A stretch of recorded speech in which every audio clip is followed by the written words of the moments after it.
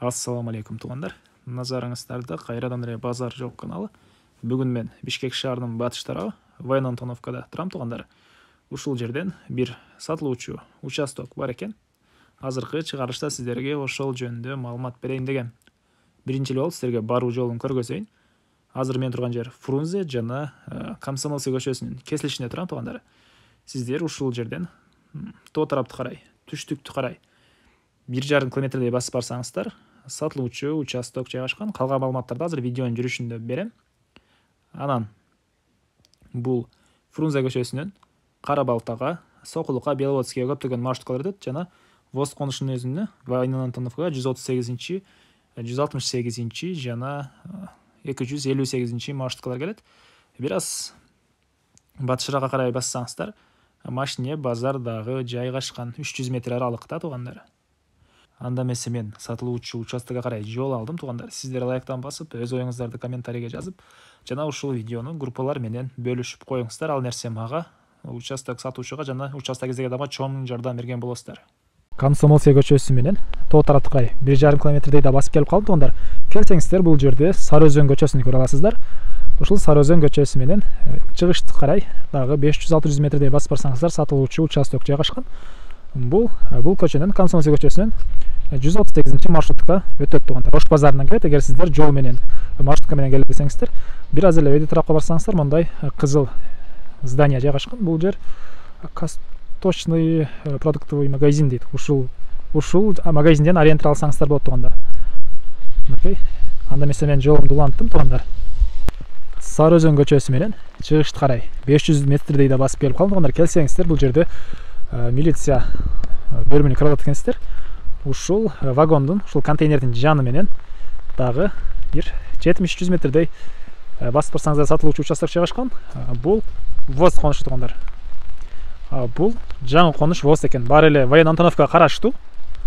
Мына бул көчө экен, могу негиз боюнча, план боюнча бул жер көчө экен тугандар. Ушул көчө менен дагы 70 метрдей басып барабыз.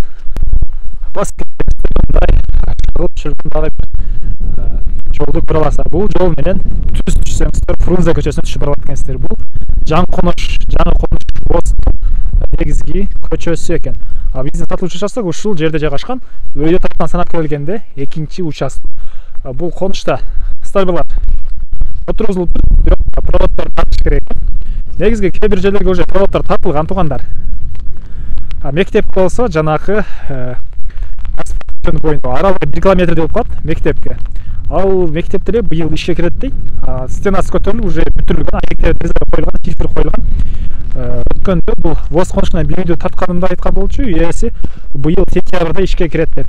Андан ары эми жолду өтө эле көп койдук окшойт. Андан ары убакыт көп кетип калды. Жол түзүлгөндө эле бир 3 мүнөттөй убакыт кетип калды. Көпчүлүк көрүүчүлөрүбүз келүү жолун жакшылап көргөздөгенге байланыштуу ушинтип көргөзгөн учурум тугандар.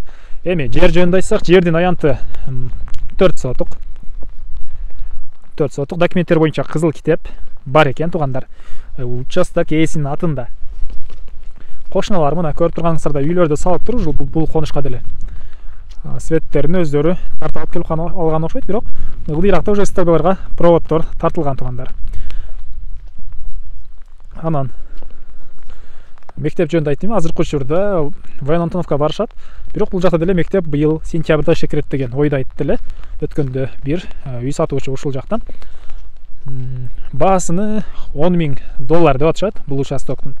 Сүйлөшүүлөр болот. Ээсинин номерин экранга калтырам тугандар. Зону окуп сүйлөшүп көрүңүздөр. Сүйлөшүүлөр болот. Бишкекти жакшы билбейм. Бул өзү кайсыл жер дегендер үчүн Бишкекке жакын эле тугандар. 5 сомдук жол кире менен бул жерден 138-чи маршрутка Бишкекке ушул жага келет.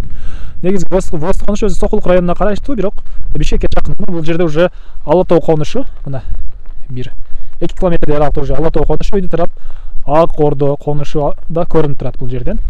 Бул поезд бир дагы 50 метрдей бассаңыздар, бул жерде поезд жолу да бар экен. Мына ушундай тугандар. Негизинен болушунча сизге маалыматты бердим окшойт. Негизинен пустой участоктун ушул эле маалыматтарын беребиз тугандар. Келүүгө көргөзөбүз.